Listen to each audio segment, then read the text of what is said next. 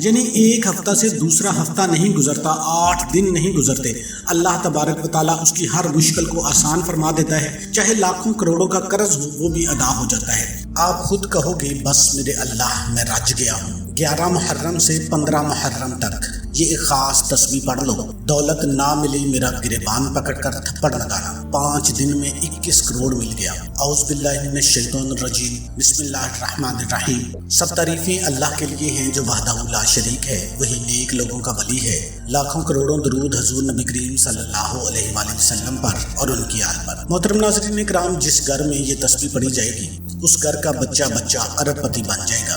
آج میں آپ کو قرآن پاک کی ایک ایسی سورہ مبارکہ کے بارے میں بتانے جا رہا ہوں جو میرے امام حسین رضی اللہ تعالیٰ عنہ نے اپنی شہادت کے وقت پڑھی تھی۔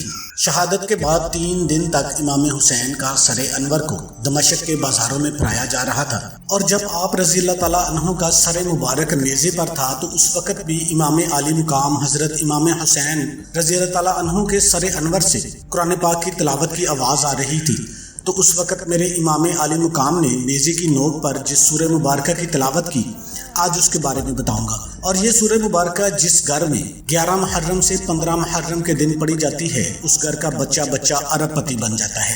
ایسے گھر میں پورے سال کے رزق کی کمی نہیں آتی، کبھی فاقہ نہیں آتا، اور تمام بیماریاں اس گھر سے ختم ہو جاتی ہیں۔ وہ لوگ بڑے ہی قسمت والے ہوتے ہیں جو یہ سورہ مبارکہ اپنے گھر میں محرم کے دنوں میں پڑھتے ہیں یا بچوں سے پڑھوا لیتے ہیں۔ نہایت ہی آسان عمل ہے اور بڑا ہی آسان سا عمل ہے۔ جو شخص یہ چاہتا ہے کہ پورا سال غم سے میری حفاظت ہو جائے، ہر پریشانی سے میری حفاظت ہو جائے، ہر دکھ سے میری حفاظت ہو جائے، ہر آنے والی مشکل میرے لیے آسان ہو جائے، میرے گھر سے رزق کا خاتمہ ہو جائے، رزق کی تنگی ہمیشہ کے لیے ختم ہو جائے، لاکھوں کروڑوں کا قرض ہو وہ بھی اتر جائے، تو اس شخص کو چاہیے کہ یہ سورہ مبارکہ اپنے گھر میں پڑھنے کا ضرور اہتمام کرے۔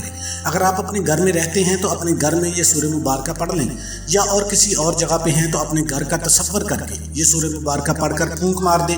انشاءاللہ اس عمل کی اتنی تاثیر ہے، اتنی طاقت ہے، کیونکہ یہ ایسی سورہ مبارکہ ہے جس کے بارے میں امام حسین رضی اللہ تعالیٰ عنہ خود فرماتے ہیں کہ جو بھی شخص یہ سورت پڑھتا ہے اللہ تبارک و تعالیٰ اس کو تمام فتنوں سے محفوظ فرما دیتا ہے۔ محترم ناظرین، سب سے بڑا فتنہ جو ہے وہ دجال کا فتنہ ہے، اور یہ سورہ مبارکہ پڑھنے کی وجہ سے اللہ تبارک و تعالیٰ اس کو دجال کے فتنے سے محفوظ فرما لیتے ہیں۔ یہ سورہ مبارکہ ایسی ہے کہ اگر کوئی شخص اس کو پڑھ لیتا ہے تو قرض کی ادائیگی میں آسانی ہوتی ہے۔ اللہ تعالیٰ اس سورت کے پڑھنے والے کی ایسی غیبی مدد فرماتا ہے، کیونکہ یہ سورت اس کے پڑھنے والے اور جس نے کربلا کی سرزمین پر اپنا تن من دھن سب کچھ قربان کر دیا تھا، انہوں نے یہ سورہ مبارکہ نیزے کی نوک پر چڑھ کر پڑھ کر سنا دی تھی۔ یہ سورہ مبارکہ اتنی پیاری ہے کہ مفسرین اور صوفیاء کرام فرماتے ہیں کہ جو بندہ بھی یہ سورہ مبارکہ پڑھتا ہے تو اللہ تبارک و تعالیٰ ہمیشہ کی محتاجی سے اس کو محفوظ فرما لیتا ہے۔ اگر وہ مقروض ہو تو قرضے کی ادائیگی میں آسانی ہو جاتی ہے، اگر اس کے دشمن بہت زیادہ ہوں تو اللہ تبارک و تعالیٰ اس کی حفاظت فرماتا ہے۔ ہمیشہ امام حسین کی طرح زندگی کے ہر میدان میں اس سورت کو پڑھنے والے کو کامیابی نصیب ہوتی ہے، اور اسی طرح ہمیشہ کے لیے غربت کا خاتمہ ہو جاتا ہے، ظالم سے ہمیشہ کے لیے نجات مل جاتی ہے۔ اگر کوئی حاملہ عورت ہے، حمل کے ساتھ ہے، اس کے پیٹ میں بچہ ہے تو اس کی حفاظت کے لیے یہ بہت ہی مؤثر صورت ہے۔ اور ایک بزرگ کا قول تو یہ بھی ہے کہ اگر کوئی شخص مسجد کے اندر بیٹھ کر خلوص نیت کے ساتھ اس سورہ مبارکہ کو پڑھے اور اس کے بعد ایک سجدہ کرے، پھر سجدہ ریز ہو کر اللہ تبارک و تعالیٰ کے حضور اپنی کسی بھی حاجت کے لیے، خاص طور سے قرض سے خلاصی کے لیے دعا کرے تو اگلے ہی دن اس کے قرضے کا انتظام ہو جاتا ہے۔